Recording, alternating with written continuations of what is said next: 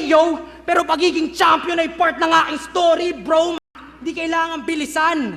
Ang kailangan, brad, effort. Tignan mo, kahit di ko binilisan, pero titignan na aking karera, mas maganda aking track record. Ang tagal mo na dito, saan ka tumatak? Doon mo sa fake joke mo na sa Bermuda, na wala. Ako man namangha. Walang complain ng people. Pero di puta mawawala talaga sa Bermuda, mga linya mo, complain and simple. Una si Prince Rhyme, this time ginagaya na naman si Pistol. Akong pake kahit ma-hurt man.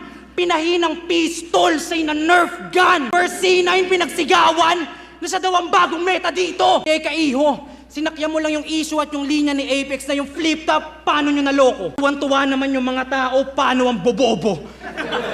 Ginagawa mo par, hate ko yan. Can't take this anymore. Sunod-sunod na punch mula kay RK o yan. Nung laban ng gumagaya kay Apex sa Apex Predator, Rodo, WW. Sorry, yo, pero pagiging champion ay part ng aking story, bro. Black Cody Rhodes, kahit siya, pera lang habol niyan dito. Ang bangis.